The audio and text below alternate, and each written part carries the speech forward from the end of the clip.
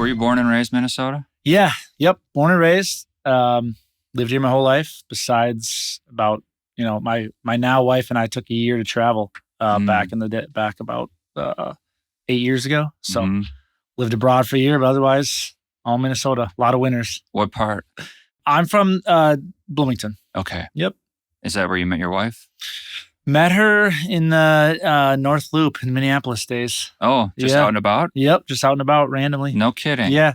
We had a couple mutual friends, but it was just like pure happenstance. Right on. Yeah. Wow, the old-fashioned way. Small world, old-fashioned way. It was right when like the online apps were getting popular. Yeah. Now everyone, meets people online. But so you never experienced the joy of online dating? Never did, no. Oh, see, we're going to talk about that. I was going to hijack this conversation and talk all about it, but I'm not the guy. No, I'll have to write to Graham or someone about that.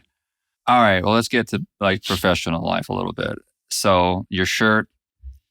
Rocking the ZODL swag today. Yeah. Did you bring some for the show for Chad and I? I should have. Let me get back to you on that. We got some new swag coming, so I'll hook you guys up for sure. Yeah, we could have ZODL in the studio here. That's right. We could get all that exposure. But let's talk about Zcash. You want to get the elephant in the room out of the way first and just talk about the last month with Zcash and all that drama? Let's do it. Because the first, I don't know, I'd say in the past 12 months, let's say, it's all like Zcash was killing it, like price-wise and the great headlines, and it looked like it was just unstoppable. And then suddenly last month, boom, in the headlines for all the wrong reasons. So what happened there? Yeah, so we discovered a security researcher, who used to work at our team at Electric Coin Company, who's now an independent researcher being paid by a different group in the ecosystem. He discovered a soundness bug within the Orchard protocol. All right, I'm going to have you slow this down because, I might have this role of president of MNblockchain, but I don't feel chains. Plus, some of these listeners will be where I am, if not less educated. So, first, you said he worked where? So he used to work. He's an independent researcher, paid for by a community organization that pays him to audit the code and look at the code. So the point of that is that he's very well versed in the Zcash protocol. A Zcash community organization. Yes. They pay him to audit the code. Correct. Zcash has been around a long time, right? Almost 10 years. In crypto years. Yeah, long time. One of the OGs for sure. And did he audit code that had been added over the years, or was it still the original code base that he was auditing? Yeah. So how Zcash works is it has, or how the privacy works, it has what's called privacy pools. And so the newest privacy pool is called the Orchard pool, and that was released in 2022. And this is the pool that he found the bug in. Okay. So how the pools work is they work via turnstile mechanism. So if I send, because Zcash has transparent and shielded transactions, shielded meaning private. And if I send my funds, if I take transparent Zcash and move it into a shielded Zcash, it goes into a privacy pool. Okay. So in transactions within this pool, it cannot be seen. You cannot distinguish, it's just a big pool of transactions. You can't see senders, you can't see receivers, you can't see amounts. As long as there's a lot of people in there. Yeah, exactly. Because if there's just 4 people in there, then... That's right. Yeah, okay. Yep. The more transactions within the pool strengthens the pool. The higher dollar value or the higher Zcash value in the pool strengthens the pool. But he found a bug within the newest pool, the Orchard pool, that allowed for counterfeiting within that pool only. That does not affect the 21 million hard cap supply of Zcash due to the turnstile mechanism, because someone could have, in theory, counterfeited Zcash within that pool, but the turnstile essentially says that, let's say 5 million ZEC have entered the pool, only 5 million ZEC can ever come out of the pool. Okay. So if someone had exploited the bug, which there's clearly been no evidence of, okay, they would have been able to drain the pool and take their Zcash out of the Orchard pool into transparent, send it to an exchange, cash out, whatever. Game theory says that if an exploit were to have occurred, you would have been able to see that pretty clearly, where someone would have drained the pool, right? Almost every single hack I can ever think of in crypto, the attacker acted and cashed out immediately. Mhm. There wasn't, if there were to have been an exploit within this orchard pool, it's the slowest. Someone's Yeah. playing the several years long game. Yeah. And now that it's been made public, that especially like game theory says they would have acted by now. And you can see the stats that the orchard pool had a little dip, sure, but there was no mass rush to the exit. But that's, it's a fair point, because in crypto we ask people to don't trust, to verify. And so we, as it stands in the orchard pool, we cannot 100% guarantee that it was not exploited. Mm-hmm. There's no way to know. There's no way. And that's how privacy pools work. There's no way to confirm that, because you just can't see the activity. So you cannot confirm that someone did not exploit it and is just sitting with extra Zcash. And are there that many Zcash in the orchard pool? There were about 5.2 million ZEC, so about 31% of the supply. That's a lot. 16.8. It was a lot. Because how many have not even been mined yet? There's 16.8 million circulating out of the 21 million hard caps. Okay. So the 5.1 million was in total privacy pools, I guess. Orchard had the majority of that. Okay. It was over 4 million, 4.5. So maybe, about a third of Zcash users choose the privacy. Yeah. Yep. If you by dollar, yes. By value, yeah, exactly. And and the other 2/3 of that, a lot of that are exchanges. Yeah. Because they hold transparently. There isn't right now. There's not an institutional custody solution for shielded ZEC. Okay. Those are in the works. Wow. Also, Ledger and Trezor both do not support shielded ZEC. So those retail custody isn't even supported shielded ZEC. Does Coinbase offer ZEC? They do. Yep. Okay. But yeah, I mean, it's transparent ZEC. I see. But you can buy it on Coinbase, send it right to your ZODL wallet, and shield it. So there is a shielded wallet. Yeah. Oh, yeah. I was talking hardware solutions. Yes. Our wallet, the ZODL wallet, requires, you can send transparent funds there, but in order to use the funds, you have to shield it first. You cannot send a transparent transaction with our wallet. And that's a wallet choice. So at our wallet level, if I send you 1 ZEC in your ZODL wallet, I would of course send it to you shielded, but let's say you bought it from Coinbase and send it to your wallet. Mm-hmm. Before you can move it again, you have to shield it. You have to put it into a private pool. And that's a wallet choice. At the protocol level, like I said, we have private and transparent transactions because we believe privacy is a choice. Mm-hmm. Privacy isn't about hiding anything. It's about just, I get to choose who and what I disclose. You just have the option. You have the option. And, I like to say Zcash is private by default with optional transparency. You get a lot of other people that say, Monero is private by default and only private. I'm sure we'll get into that. But I have the option to disclose what I want to disclose via transparent transactions. And also Zcash supports viewing keys. So like for an auditor, or if I want to show my, if you're getting audited for tax purposes or something, you can give the auditor your viewing keys, and then he can view all your transactions and balances, but that doesn't disclose it to the rest of the world. Mm-hmm. It's still private to the whole world. Unless he or she would share it. Yeah. So you can give it to an auditor. Yeah. And that's why, Zcash really has privacy plus auditability, which is a really a reason why we are able to be on, exchanges. I see.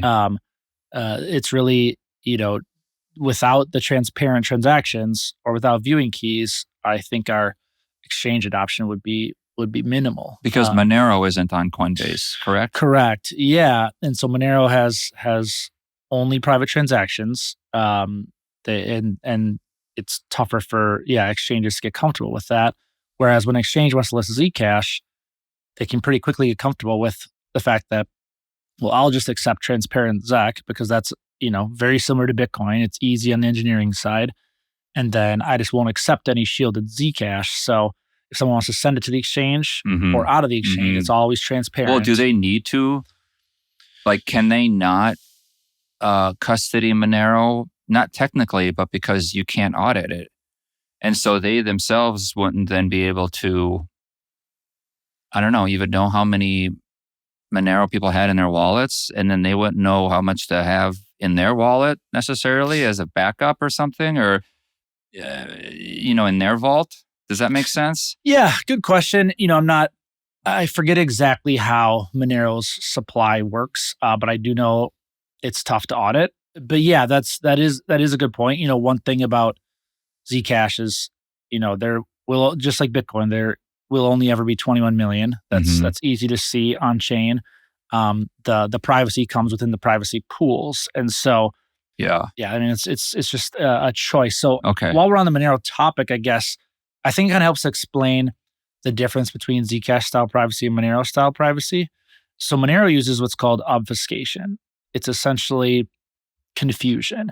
They have their ring signatures. So for every one real transaction Monero sends, it sends 15 dummy transactions. So it's a 1 out of 16 is your privacy set. There are 15 dummy transactions and 1 real transaction. And that seems pretty good when your attackers or when your adversary are humans. But think about when it's AI. In this world of AI, 1 out of 16, and that doesn't even take into account like timing analysis. Like if you're receiving and sending, there have been a lot of studies that show with timing analysis and other, analysis, you can get that down to 1 in 4, 1 in 5. And also like running your own node. With Monero, if you're not running your own node, how do you know you're not routing your transaction through an adversarial node?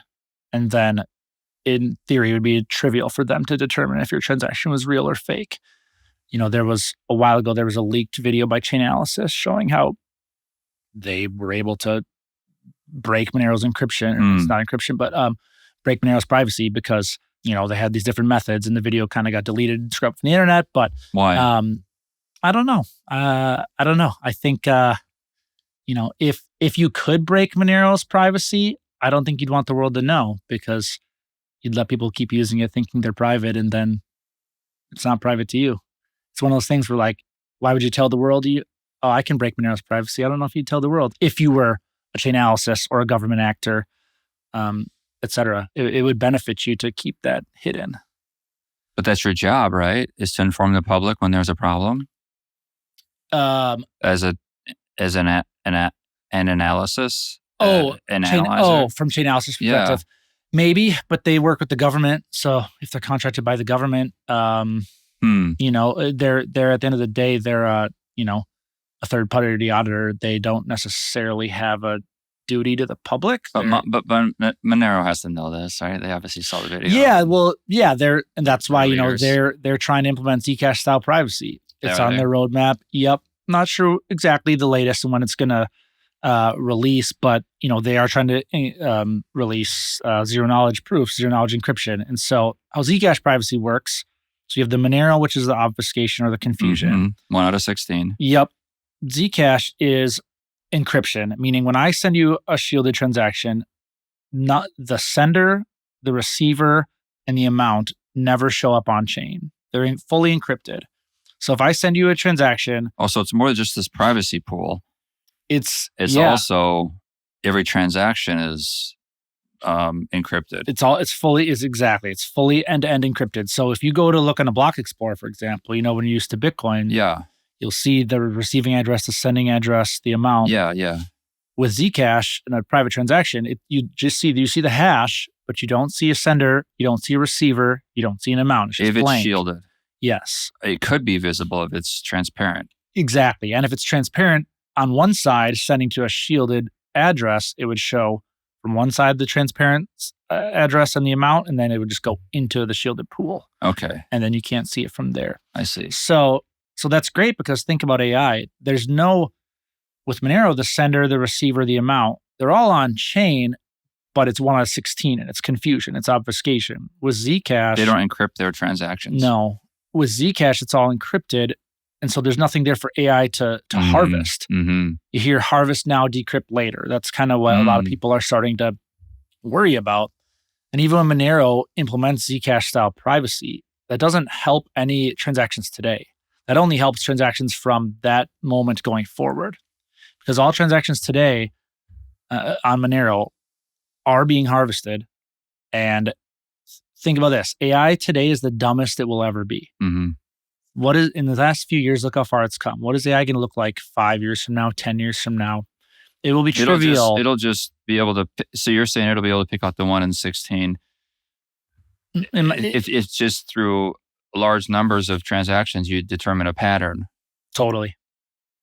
And what about Dash? Yeah, I don't know a ton about Dash, but I know it is. It's essentially, Dash is a transparent chain, but they use like a mixer on top. It's like a CoinJoin style mixer, so you can mix. They take a lot of transactions and kind of combine them into like common amounts and send them out, and so it's like a mixer. Okay. So again, I always think like some privacy is better than none. Like we're very much advocates of privacy. We're not. My least favorite thing in crypto is the tribalism. So we are not like, Zcash versus Monero. Like we are heads down working on our privacy solution because we believe it's the best. It's a mathematical guarantee of privacy, these zero knowledge proofs. And they're absolutely a game changer. And it says a lot that Monero is, transitioning their privacy style into the same privacy style that we have. But some privacy is better than none. Yeah, sure. But we believe our solution is the best. And, Monero, to their credit, rolled out their version of privacy. They rolled out good enough privacy default from day one. And that's great. They got adoption and notoriously in darknets, in black markets, et cetera. And Zcash it's two different approaches. We took the opposite approach. We said, no, we're going to roll out, I wouldn't use the word, I don't hate to use the word perfect, but as close to perfect privacy as possible, but knowing that it's going to take longer. It's very hard to do. These zero knowledge proofs were so big, you couldn't run them on a mobile phone. You couldn't send a private transaction on a mobile phone until not that many years ago. There wasn't enough processing power. It would take so long. Your phone would heat up, and knowing that there are going to be iterations in these. That's why we've had 3 privacy pools, is because the tech progresses and gets better. The engineering gets more elegant, and you're able to actually, one privacy pool upgrade was a big one to allow us to send these transactions on mobile phones. That was a huge deal. And so it's kind of like Zcash is always taking the long game. And now with AI here, it's really paying dividends. And to be fair, like Zcash historically, most people that are, cryptographers or mathematicians, they've always like admired and known that Zcash has had this just world-class bleeding edge privacy. But it was kind of seen a little bit as like a science experiment. The wallet experience was pretty poor. The end user experience was pretty poor. And at the end of the day, if you have the best tech in the world, but only 25 people use it, like, is it changing the world? Yeah. So that's one thing that we solved. At my previous company when we released the mobile wallet, it was formerly called Zcash, it's now called ZODL. Now we have the world-class UI UX to go along with the world-class cryptography and privacy. And that's been a game changer. You've seen the adoption statistics. Like the privacy pool was at about 1 million before we released the wallet. Okay. And then it went up to 5.1. Is that what caused the price to double in the last, or triple or whatever in the last quintuple? I don't remember. I just looked it up. Yesterday was my birthday, so I was looking up the prices of Zcash on my birthdays. What else do you do on your birthday? Right? Nothing else. Yeah. So Zcash was $40 last year on my birthday. Oh. And today it's over $400. Oh wow! So even with the 10x? big pullback, it's 10x. The year before that, it was $20. So it's 20x in 2 years. Okay. And when I started working full time in Zcash, it was actually like the Pico bottom. Obviously, just a coincidence. Don't read into it anymore. But it was like $18 when I started in July of 2024. So yeah, it's had quite a good run. I remember in like 2017. No, I'm thinking of Dash. I just like 10 years ago, it was Dash and Monero. Mm-hmm. I remember that well. And like, oh, which privacy coin is going to take over? There's probably just going to be one. And Zcash then was maybe a distant third, if anything. I remember hearing whispers about it, but thinking, oh, the other two have such a head start. So this past year surprised me because I lost track of that race to the dominant privacy token, and then to see Zcash just. But was it the ZODL wallet that really was the thing that kind of put it over the top to see an exponential growth? So several factors. ZODL for sure is one of the big factors. It's funny because my CEO talks about how there was pushback on like when he said, we're going to create the best user experience, we're going to create the best UI UX on a Zcash only wallet. There was a ton of pushback on it 2 years ago. People said, we already have enough wallets. There are enough multi-currency wallets. We don't need another wallet. And he was kind of like, yeah, but they all suck. Like the user experience just isn't great. We're going to make the best wallet. And we're now going to have the core protocol team working on the Zcash core protocol and a wallet team under one roof so that they can work in lockstep. Literally? I mean, no, not literally, okay. but because you don't have an office? No, yeah, we're all remote. Yeah. And there are a lot of core contributors to the core protocol within the Zcash ecosystem, but we did create the protocol and launched it, but we are just one of the core protocol contributors. But that being said, we had a few of the core engineers and then a wallet team working on the same team instead of historically, it was kind of like the core protocol engineers would, work on the protocol and make new releases, and then the wallet developers would just have to react, and they weren't talking to each other. So this was a game changer. Now we can act in the best interest of the wallet and the protocol kind of at the same time. Or this was a couple years ago. And are you kind of like what the EOS Foundation was? I don't know if they even still exist. EOS changed names, yeah. but biggest but they were $4 billion ICO. Yeah. And then there was a split between the founders and the foundation. And now they're called something else. I forgot. But my point is that there was this foundation, this nonprofit that got a little bit of the transaction, a piece of the transaction revenue to fund this foundation, to fund the development of the chain. Is that what ZODL is? ZODL, no, we don't get any direct funding from anything related to the mining awards, but there is some history. So first off, there is a Zcash Foundation that was separate. That's a very separate entity from Electric Coin Company, which is where Electric Coin Company. Yeah, Electric Coin Company was the company that created and launched Zcash in 2016. Okay. Early January this year, there's a little drama, but all about 20 of us left ECC to go start ZODL. Okay. So all the legacy, 18 or 20 of the legacy ZODL employees were all from ECC. This happened in January? Yeah, that was right in the middle of the run? Yes. Wow. Yeah. The price did drop again and recovered, but there was some little drama around that. But okay. ECC used to, so when Zcash was originally launched, there was a founder's reward for 4 years. So from 2016 to 2020, 20% of the block rewards were set aside as founder's reward. And then that came to an end. And then in 2020, the community decided to implement the same 20%, but it went into different buckets. It went a portion to the Zcash Foundation, a portion to Electric Coin Company, and then a portion to what's called ZCG, the Zcash Community Grants, to be for grants for community members building on Zcash. That all ended in 2024. And as Electric Coin Company, we opted out. We said we don't want to receive direct funding anymore. We don't have revenue, but it just creates this perverse incentive where we can just get paid no matter what we do. And there's just no urgency, like a startup sense of urgency where we got to earn our own. And it was a big deal. Yeah. Because it was kind of shocking that we'd want to, give up our revenue source, our funding source. But it was incredible. So since 2024, 80% of the rewards still go to the miners and 20% go to two buckets now, but they're both community grant buckets. So it's a percentage goes to Zcash community grants and a percentage goes to what's called a lockbox that coin holders get to vote on how to fund, what projects to fund from that lockbox.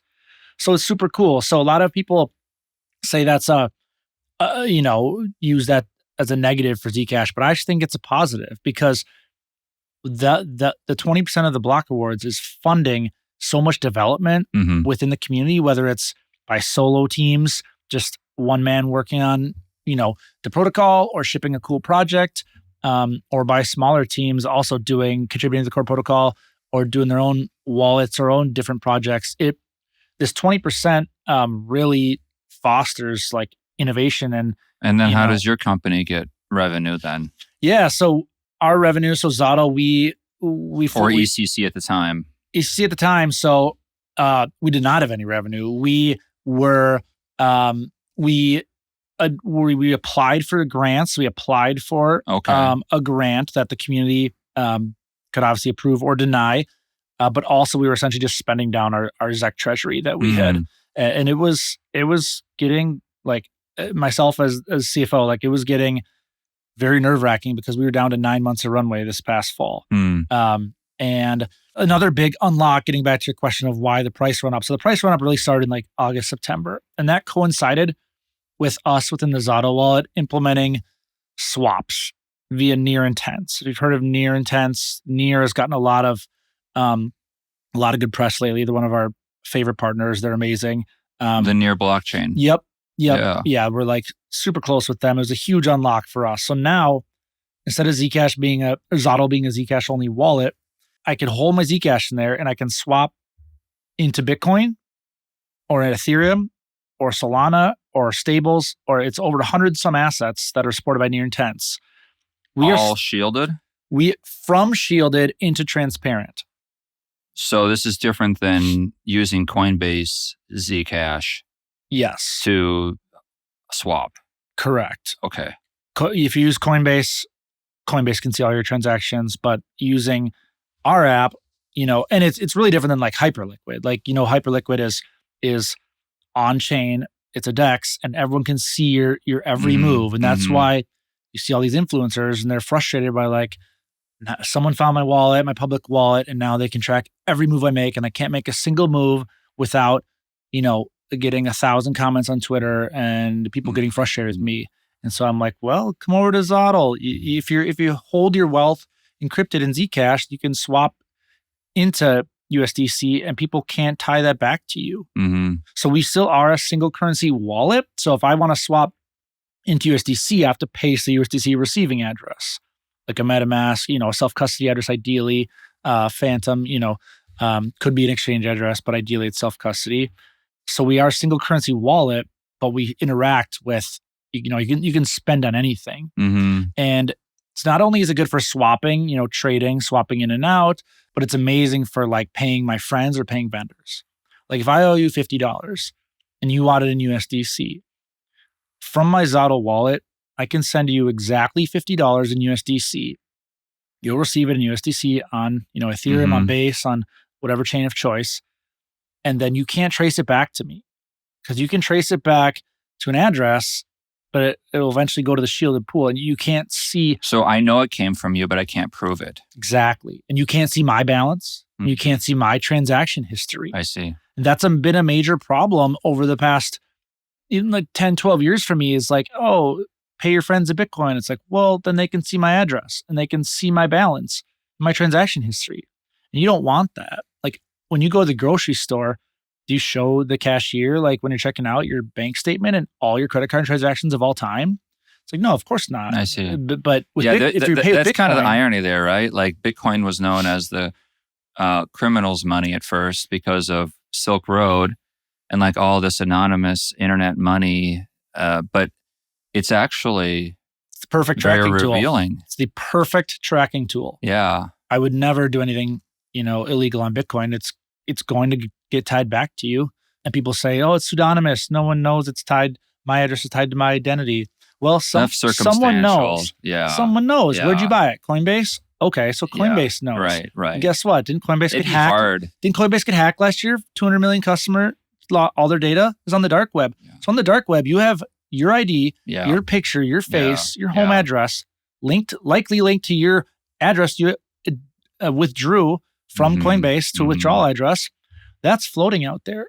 And we are not that far away from you being able to take your LLM of choice, go to ChatGPT and paste a Bitcoin address that has 10 million USD sitting in it and say, hey, who owns this Bitcoin address?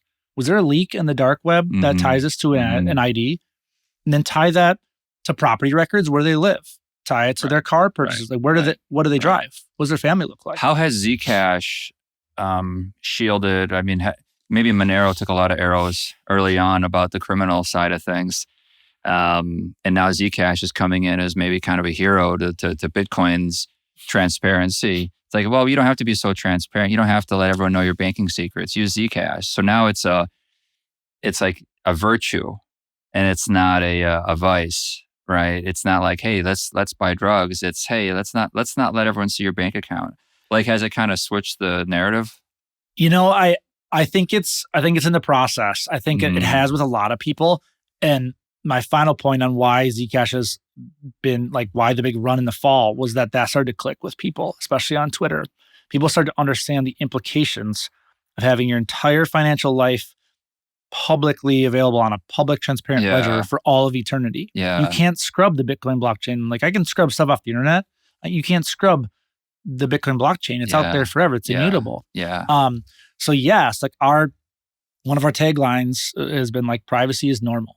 Like it is normal. It's not like when you go to bed at night, do you shut your blinds? Like, are you doing anything illegal, or do you just like privacy? Like, humans like privacy. Fortunately, in the US, it's protected by the Fourth Amendment. But also, like, think about all financial transactions in all of human history until 40 years ago were completely private. It was, I'd hand you cash in the street 100 years ago, or gold or shells or whatever. Like, the only information you knew about each other was the face, maybe a name.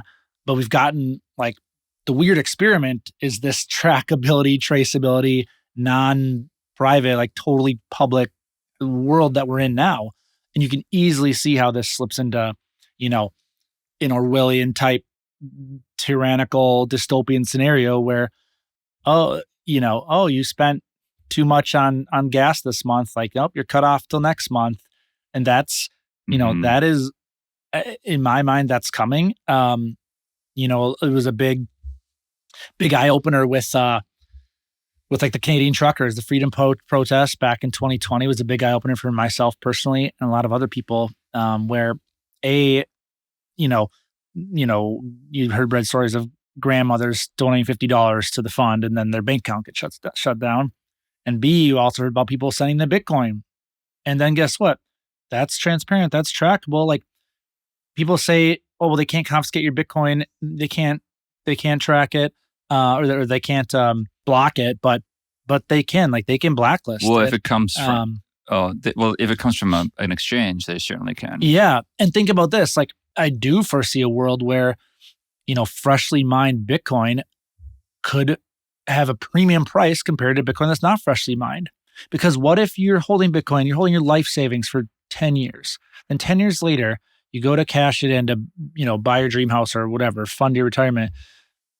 And all of a sudden they're like, that Bitcoin was held by North Korea back in 2011. We will not honor it. That is blacklisted. You cannot cash it out. No exchange will touch it now. With Bitcoin, that is very possible. And that could actually happen because it's all public. With AI, again, it's going to be super easy to... But how would they know? Let's be specific. How would they know that where my Bitcoin came from? Because you can trace it from day one. The centralized exchanges are kind of like, they're essentially like a mixer, right? If a bunch of people send in, a bunch of people send out, that's essentially a mixer. But what if, so Bitcoin gets mined, let's say it was mined in a block way back in the day for 50 Bitcoin. Mm-hmm. And then let's say it was, whatever, it was linked to the Silk Road or someone mined it and they bought drugs on the Silk Road. And then the Silk Road, you're saying sold to someone else. In theory, there could be a clean path. Yeah, without a mixing component that allows them to see that your Bitcoin several transactions back was used for something illicit. Even if there is a mixing, someone knows. Like, Coinbase would know. They could tie it if they needed to. Every single Bitcoin originates back to a Coinbase transaction, an original transaction that a miner found the block. And when you say Coinbase, you don't mean the company. Yeah, not the company. Yeah, sorry. Yeah, I know that's confused. That used to confuse me all the time. Yeah. That's where they got their name. Yeah. Genius. But at the end of the day, people talk about an important property of Bitcoin being fungibility. Mm-hmm. But Bitcoin doesn't have pure fungibility.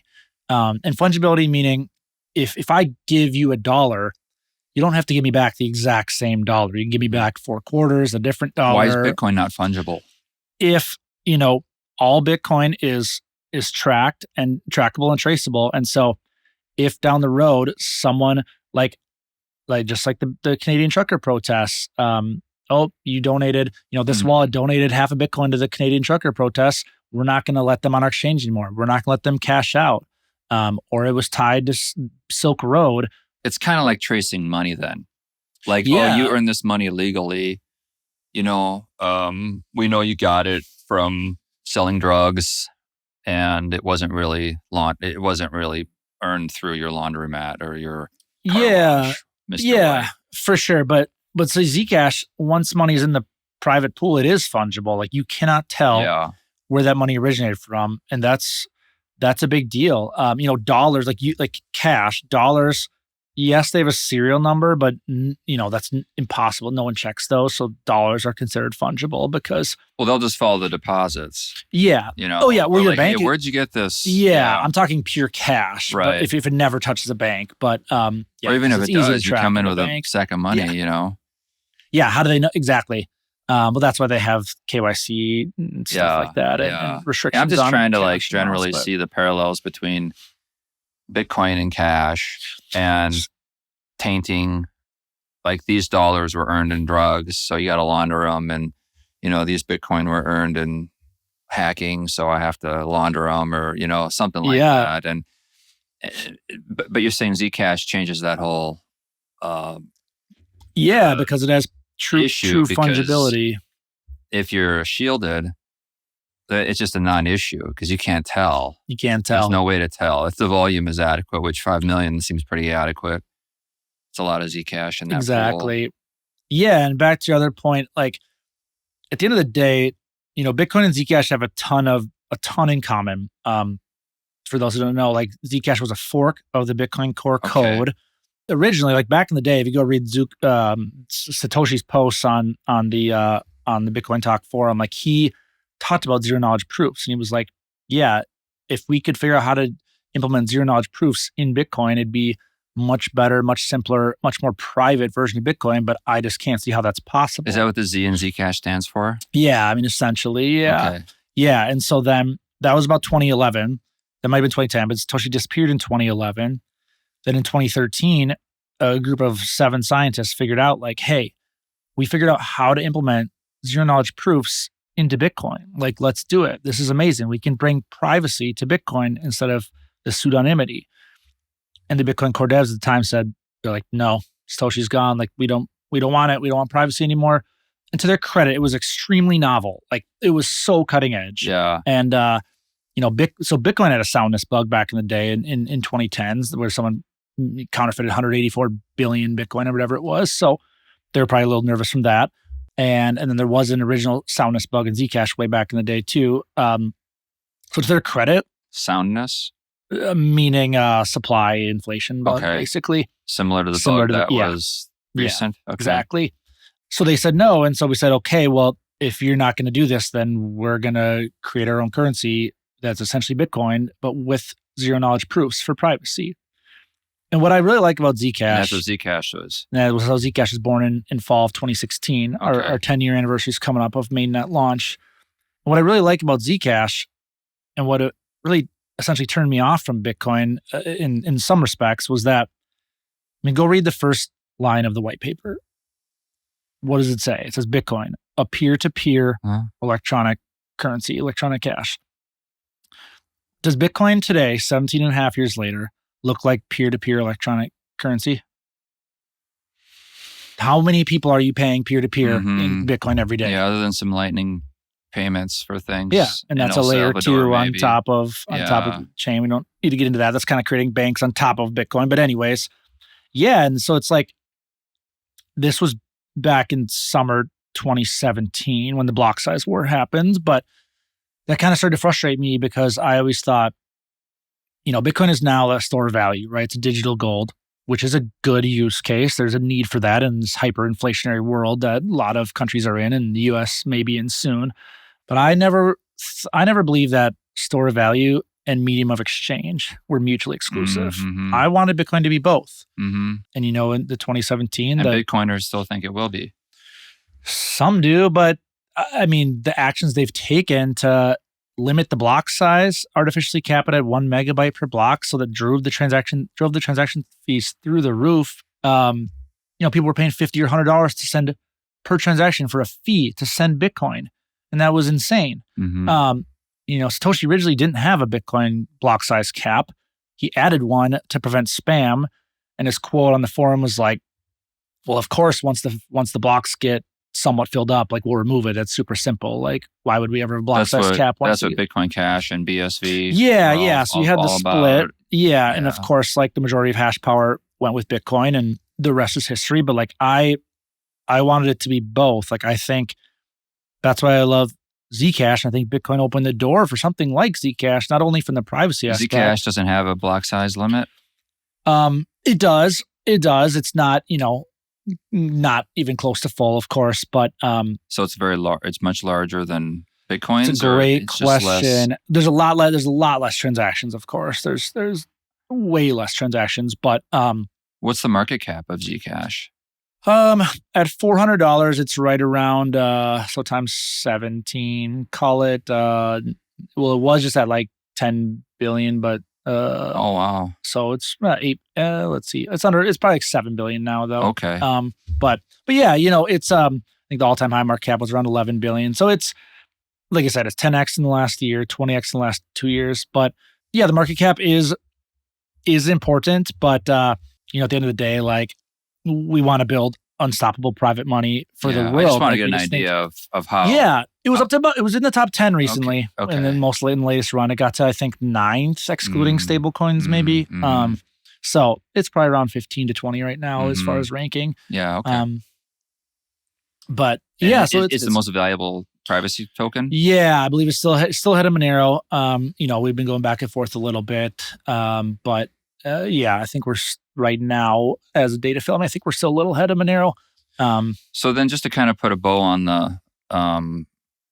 the bug, it sounds to me like there's no way to know if any were duplicated. And if only a few were duplicated, you'll never know. So here's the thing. Yeah. Unless everyone at once decides to withdraw, and then you find that not everyone can take theirs out. It's like musical chairs and someone's left without a chair. Like, hey, I couldn't get my 5 Zcash out of there. Yep. Aha. Then 5 you would know were duplicated. it was but that's never going to happen. So if only a few were counterfeited, thank you, you'll never know, because there'll always be enough in there thanks for bringing this back up. So here's our response. I never got into our response to the bug. That. Yeah. So we will be able to verify. We are releasing the Orchard pool, we are releasing a new pool called Ironwood. Okay. That is coming out in July. So, within a month or so. That, as one part of that will have what's called formal verification in it. That essentially is a mathematical proof or a mathematical guarantee that the code is working properly, and there are no exceptions. Like, formal verification has always been possible. Again, not a cryptographer, so speaking common language here. Formal verification has always been possible, but it's so expensive in terms of like human capital. Like they take forever. They're slow. They're manual. It's a ton of work. That's only ever been implemented in like make or break scenarios, like the most extreme parts of the code, most crucial parts of the code. Now with AI, it's a whole new ballgame. Okay, we can implement formal verification. Ideally, we want to formally verify the entire Zcash codes, that everything could be formally verified. I mean, there's no exceptions. You can verify without identifying. In other words, you can verify these tokens without knowing whose they are, that kind of thing. Yeah, this is formally verifying the code, not necessarily. I'll get to the supply thing in a second. Okay. This is straight making sure that the code. So we patched the Orchard bug based on the game theory and all the action since. Very, very, very likely it was not exploited, but we can't prove it. Formal verification will allow us to prove it. All right. So that is great. So going forward, the new pool will not be susceptible to this kind of bug. And the best part is the second the new pool goes live, that the supply is all formally verified, because the Orchard pool, the 5 million, call it 4 million coins that are in there right now, will not be able to be, no one can deposit into the pool anymore, and no one can send within the pool anymore. Every send goes out into the new pool, which is all formally verified. Yeah. So even if there were a bad actor, you're right, it is musical chairs. In theory, he could send all of it. He could send out a bunch of Zcash into the new pool, and the people that are left sitting there like, hey, I can't move mine. Yes, that would prove that there was an exploit if that happened. Again, game theory says now this has been so out and open for a month now, he clearly would have acted on it by now. I can't see any reason why someone would sit on it. It will be known.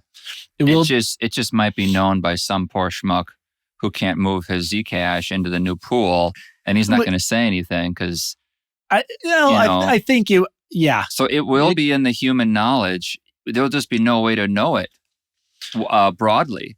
Yeah, I mean, because people will also lie. They'll say, "Hey, I couldn't get my Zcash out of there." Prove it. Yeah, but yeah, you could always, sure, someone could lie, but there's a likely scenario is that the Orchard pool, like our oldest pool is called the Sprout pool, that has like 25,000 Zecs still sitting in it and that's from 8 whatever years ago. Those are clean. Well, they're probably lost. Oh. They're just lost. Oh. They would have moved. We've been telling people for 5+ years to move them out. Oh, I see. It's not supported. It's just like, get them out. So I see. That's likely what will happen to the Orchard pool. 25,000? Yeah. So not immaterial, not a lot. 0.01% of the supply out of approximately, What's 25,000 times 400? 10 million? $10 million bucks? That's a lot of money. Right? 400, yeah. Yeah, I mean, it is, but how much Bitcoin is lost? How many billions of dollars of Bitcoin is lost? Well, I'm not trying to be greedy here. Let's just get the old Dash. Yeah. Well, at some point you could... The old Zcash. Yeah. So likely the Orchard will have something similar where maybe after a year from now or 2 years from now, there's 10,000 or 20,000 Zecs still sitting in there that people lost the coins from, right? That's very likely. So you won't be able to send within it. So any send will move you to the new pool. But if someone comes out publicly and says, "I could not move my Zcash, I was the last one," but that probably won't happen. It would only happen if it went to zero, and I just don't see the pool ever going to zero. I see. So there'll be some people they could have passed totally, and their coins are going to be there. So if there are more people with Zcash than there are Zcash, that'll never be known either, because there's going to be enough deceased, apathetic people who've lost their whatever, and they're not going to ever take theirs out. And then the people who need to dip into other people's, they can take theirs. But if you exploited this bug, you would drain it to zero, 100%. Why wouldn't you drain it to zero? You can mint as many as you want. That's too obvious. It's like the movie Office Space. You're only going to do a little bit. Yeah. Have you seen Office Space? Oh yeah. That's important forensic research of how to rip off your company. A tenth of a penny every time or something. It's only a fraction of a penny. Yeah. I mean, in theory, if someone was playing the slow game over years and was just withdrawing a few Zcash at a time, but then think about it the attacker would have to hope that no one else ever found this bug. He's the only one in the world who knows this bug. Otherwise, he won't. Otherwise, they'll drain it to zero. And it's just like... There's a game theory among hackers. It's a huge game theory. I'm the first one. And if someone else finds this, they're going to drain it. So I better drain it to zero. It's like a Beast Games And then game. we announced it publicly too. So now it's out there. So if multiple people had exploited this, it's out there, they'd be like, it'd be a rush to the exit. I see it. There's been nothing like that. Nothing like that. And it's likely too that the guy you pay, the white hat, knows the code as well as anyone. Yeah. And guess what? He found it the day Opus 4.8, the new Claude model, was released. I see. With the help of the new Claude model. I see. So it's highly, highly likely. Correct. He's the only one who knew about it. Correct. But like I said, in crypto, we don't ask people to trust us. We say verify. Mm-hmm. So that hence the formal verification of the new pool. We will be able to verify. The supply will be good the day it goes live. It will be formally verifiable and auditable. And again, Orchard Pool was released in 2022. There was no AI back then. That's why people are like, why didn't you formally verify it 4 years ago? It just wasn't realistic at all. And I think this formal verification is going to become the new standard in crypto.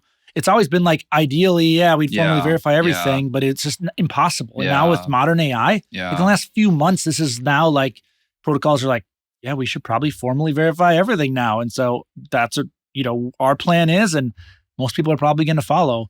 But Zcash doesn't own the pool or oversee the pool or have a back door to the pool the way an exchange would. Correct. Yeah. No, we, all the code is open source. It's all out there. One of the common FUD things like, oh, there's a backdoor in Zcash. Like, go find it then. Show it to me. The code is all open source. You can go. You can't get those. You can't get those 25,000.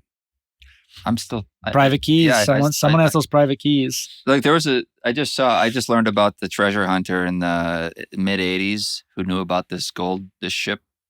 Oh yeah. Mm-hmm. I just saw a TikTok story about it. Was he the one who recovered it? And then they're like, yeah. They then the confiscated insurance from him? companies. Yeah. So this shipwreck happened in the 1850s, and there were insurance companies back then, and they still exist apparently. They claim. So they said that's our gold, which is kind of weird. Wild. Is it your gold?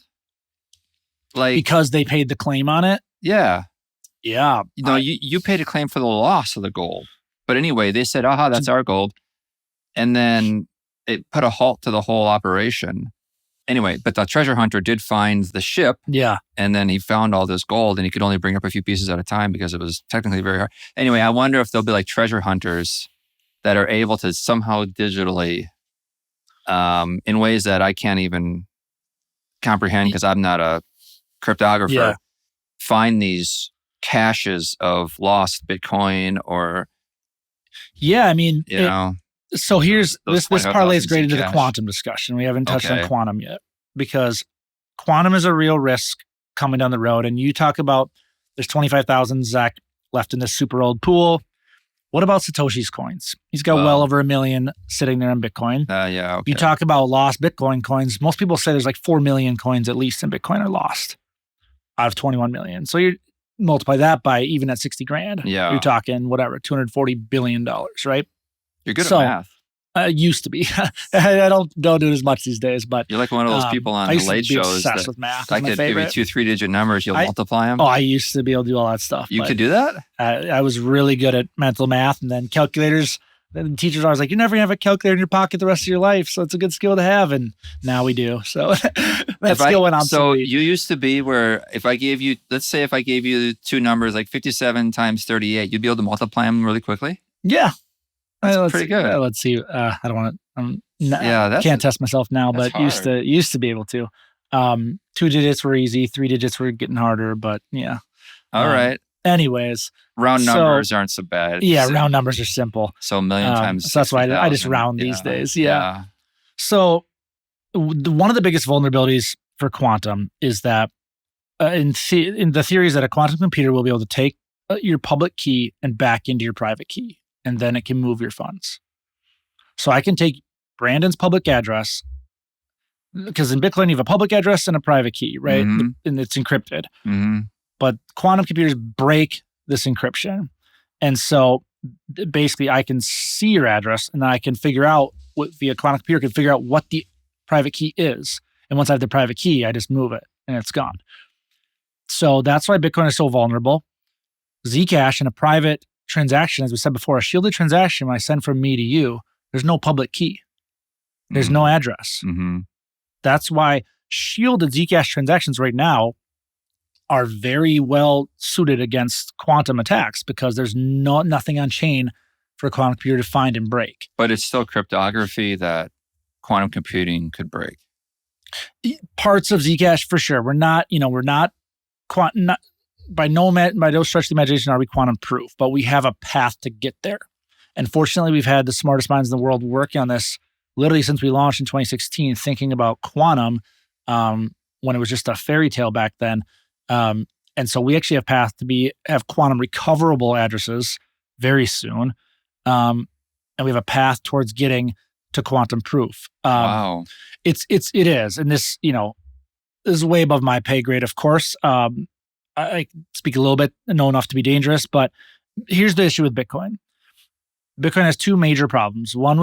First step is how do you become quantum proof, right? What methods do you take to become quantum proof? And there's some BIPs that are surfacing, and there are some different opinions. And I have no doubt they'll eventually figure that out. The big problem also, but I guess before I go in the second problem, without a leader, Bitcoin is decentralized. There's no leader to say, this is the path we're going to take, and this is the timeline we're going to take, and let's go. Bitcoin, this is kind of a con of decentralization, because who's going to decide? If the community can't come to consensus, what happens? Split. A split, but yeah. So like Bitcoin is very good about doing nothing, right? Extremely good at doing nothing and it's an elegant, simple protocol that just knows sending balances. Doesn't even know your balance. It just knows how to send transactions. And so it's so simple and which is great in cryptography, because the attack surface is so small. There's not the possibility of bugs. They don't implement cutting edge zero knowledge proofs. Like, the attack surface is tiny in Bitcoin comparatively. So they're very good at doing nothing and just being every 10 minutes, block after block, just sending money. But with the quantum situation, doing nothing is kind of the doomsday scenario, because that means the second issue they have to figure out is what to do with Satoshi's coins. Well, do you confiscate them? Can they? Yes. I mean, well, they could if the miners, the community supports it. They could steal Satoshi's coins.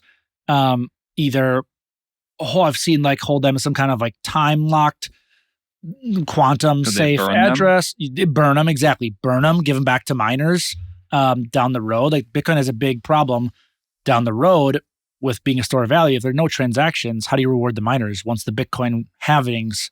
If the reward of Bitcoin is 0.001 Bitcoin, who's gonna want to mine it if there's not transaction fees? So do you confiscate Satoshi's coins? Zcash has to solve that too. The miner fee issue. Yeah. Yep. We have what's called a NSM, a network sustainability mechanism, is again like very high on the priority list. It's yeah, exactly. But is it the same schedule as Bitcoin? The halving happens at the same time, that kind of thing? Yeah, but we're like 7 years behind the schedule. Block times are faster, but the same. But so the block times are 75 seconds in Zcash, but that started out to be the same number of mined like per day per year as Bitcoin, but 7 years behind. So another reason why we still try to be cash, right? We have 75-second blocks and cheap fees.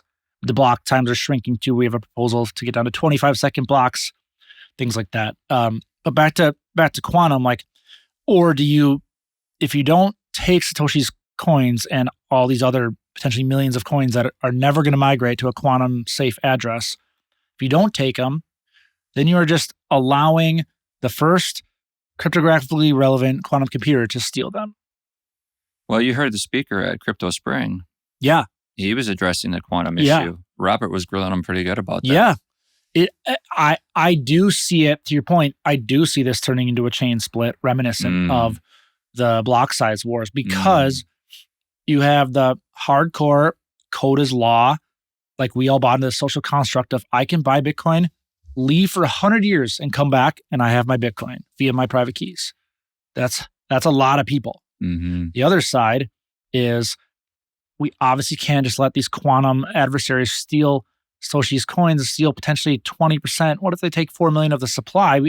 And especially look at BlackRock, look at Fidelity, look at Strategy. They're fiduciaries.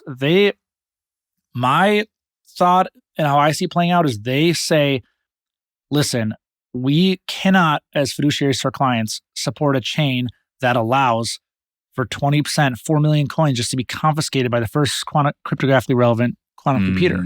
Could be North Korea, could be whoever. We cannot do that from a fiduciary standpoint. So we will only, ticker BTC to us will only ever be the chain that does that confiscates Satoshi's coins and either burns them, gives them back to the miners, or somehow I saw someone holds them in a vault. Yeah, because they could, you could, if you had consensus, you could move them to a quantum proof address, because it's only coins up to a certain date are currently are very, the first wave of quantum vulnerability.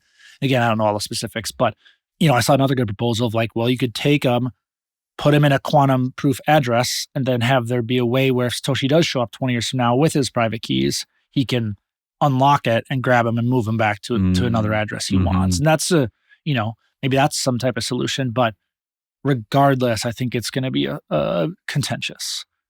And people can bury their head in the sands and say this isn't a thing until 2030. But I also read some experts say that's going to take a few years. Yeah. And people say it's going to take 5 years to figure out how to do this, to implement the BIPs. Like it's like we need to start yesterday. On the way?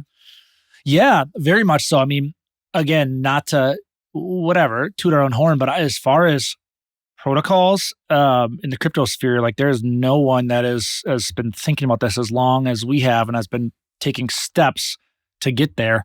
And to my knowledge, no one is even close to getting close to quantum proof with a good plan to get there.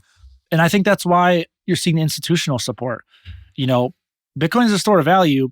Yeah. Doesn't work if there's a quantum time bomb coming in 2 years. And so when you see people like, Grayscale has a bunch of Bitcoin, Multicoin Capital announced a large position back in that they've acquired starting back in February. Like I think Bitcoin a lot of these Zcash. So you said Gray what? Grayscale. They have Zcash? Oh yeah, they're like our biggest supporter. A second ago. Yeah, sorry, I meant Zcash. They see Zcash as like a worst case. A lot of institutions see this as a big hedge. Is that why the price went up?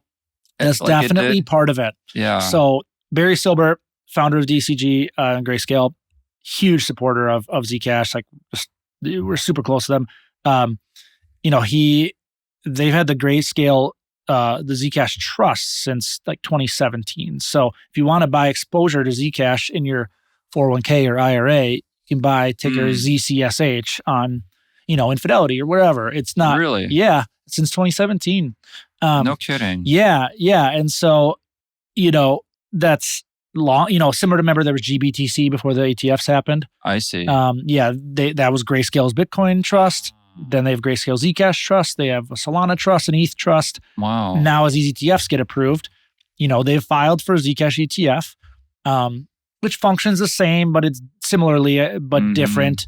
An ETF would have exact pairing 1-to-1 for the NAV, the net asset value of how much Zcash they hold. How is ZODL funded? Yeah. So to finish that one. Yeah, that's right. We raised a fundraising round back in March. Okay. So we raised over $25 million from a very awesome group of investors. A16Z, Andreessen Horowitz, who's the biggest VC in the world, Coinbase Ventures, Paradigm, Gemini, the Winklevoss Capital, Cypherpunk, which is the Winklevosses. They're not a Zcash DApp, but a publicly traded company that is privacy focused. They own a bunch of Zcash. Is that the reason why ZODL split off from ECC? Yeah. They're finding like, hey, we need to go out and we need to raise some capital. Let's do that on our own. Exactly right. Okay. And we had ECC was owned.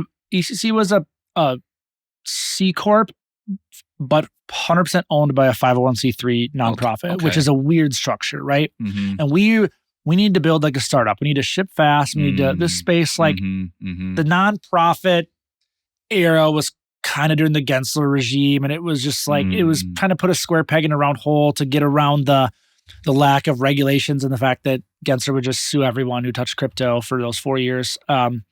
So yes, exactly. We wanted to we need to move fast like a startup. We have an opportunity now with the Zcash is getting a lot more attention. The price was spiraling. The near intense unlock that gave us revenue. Now we have swap fees. So now we have revenue starting in September, last September. So we have some revenues, we have a lot of traction. And so it ultimately just came to a head where we had to all leave and go start our own company and raise a bunch of money. So yeah, just a lot of incredible investors.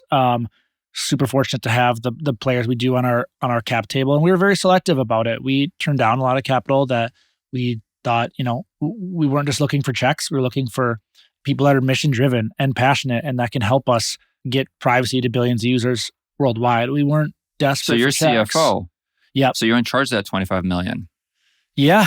Yep. In charge of the treasury. How do you handle large sums of money? Like do you literally get checks or is it wired to your bank account? How does that work? We accepted some funding in Zcash. Oh, okay. Yeah. Okay. But otherwise, wires for the most part. Wires. Some stable coins. Some Zcash, but for the most part, it's crazy when a funding transaction closes. It's literally historically, it's a wire hits your account that day, and it can be a really big number. And you call the VC a few times, confirm bank info, and it's right. It's like double checking the address on your old Bitcoin transactions. Exactly. So you guys have a normal bank account. Yep. Where you have that money wired to you, or you've got a Zcash wallet for the organization. Mm-hmm. And then do you have multiple people who can access that? How do you create the safeguards there? Because actually we've addressed that with MNblockchain wanting to take crypto. And people are on us dude, why don't you take crypto for more things? Well, how do we create a wallet?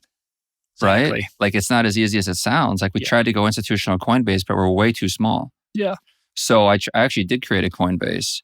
And they said, oh, you can't create one through your personal. Yep. So actually it was locked for a while. Mm-hmm. And I had to I was back and forth with them for months until they finally let us get our money out of there. Yep.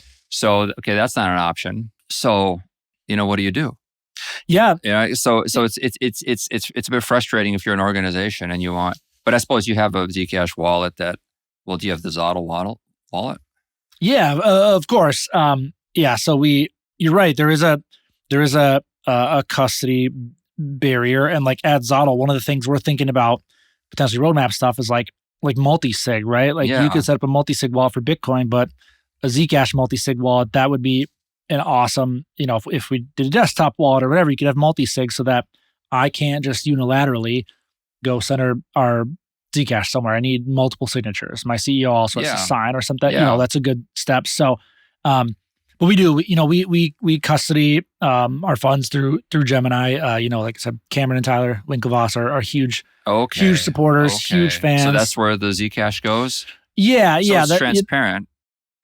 I suppose if it's going to be from a VC, it's transparent, but they allow shielded withdrawals. So I can send straight to a shielded, but they're regulated in New York. Gemini is the best supporter of us. They're the first ones to support our new shielded pools, shielded withdrawals. They've just been day one supporters. They're true believers. That's also where the stable coins go into your Gemini. So cool thing. We use the newest chartered bank in the US actually accepts stablecoin deposits now. So I can send stablecoins right to my bank, and it's immediately converted to USD for free. Okay. So I can send it in and out. I can pay vendors on Saturdays 24/7. Okay, cool. Straight from my checking account. Incredible. Bank is called Erebor Bank. Funded started by Peter Thiel, Palmer Luckey, kind of on the heels of the Silicon Valley bank collapse a few years ago. And where are they headquartered? New York, or I'm sure it's New York or San Fran. I'm pretty sure it's New York. They're awesome. Been fantastic to work with. But it's you're seeing these rails. All these banks. The St. Cloud Financial Credit Union. Yeah. They're building a custody. Chase and Jed. Yeah. And it's in 5 years you're gonna be able to send stablecoins to your Wells Fargo and US Bank, and it'll be used interchangeably. Yeah. But it's in 24/7, 365. It's insane banking hours, if you think about it in this day and age. So that's been awesome. Stablecoin integration is amazing. But Zcash custody solutions, like I said earlier, shielded custody is coming. Okay. And multi-sig, things like that. It's in process. We got about another minute here. Do you have any other previews of what's to come, or? Yeah, I think the biggest things I'd end with is, so we got our new pool Ironwood coming out in July. After that, the biggest upgrade is going to be called Project Tachyon. We haven't even touched on that, but it's essentially just it's scaling the protocol for usability even exponentially. It's making transactions per second, 600 transactions per second, or it's essentially encrypted money at planetary scale. So we want, in order to be able to make Zcash a currency, we need fast transactions. Privacy is a lot tougher than transparency because it's slow and it's hard, and these transactions they're just huge compared to a transparent transaction. So Project Tachyon, shout out to Sean Bowe and his group. There's just going to be that's going to be a new upgrade. I think testnet hopefully later this year, and then otherwise we're just building features to drive adoption. Is it really about clout? Like it's an open software protocol, right? Mhm. So anyone can contribute. if it's adopted by miners, right? So that's what I mean by clout. Like if you build something really good, you just then kind of have to sell it to the miners and then or the validators. We're miners, proof of work, just like Bitcoin. Okay. We didn't even get a touch on that, but the mining, you should look at the hash rate. The mining, it's hockey sticking now. We have Foundry, who's the biggest Bitcoin miner in the U.S. They started mining a ton of Zcash just in the last few months. Fortitude Mining just announced that they're going public via a reverse merger a couple days ago. The mining, you can't even buy the miners anymore. They're sold out for 6+ months in advance. So hash rate is a big deal. It's obviously low compared to Bitcoin, but it's growing like crazy, and that's a good leading indicator. Gosh, a lot of good things. Congrats on all the success, and hopefully that bug last month will just be a little speed bump on the road. Fingers crossed. Yeah, way to handle that and keep going, and may that hockey stick forever rise. We're focused on the fundamentals, and that's a good Minnesotan price will follow. Send off, right? Yeah, okay. That's right. All right, thank you so much for having me. This is awesome. My pleasure. Fantastic. Thank you. Thanks, Brandon.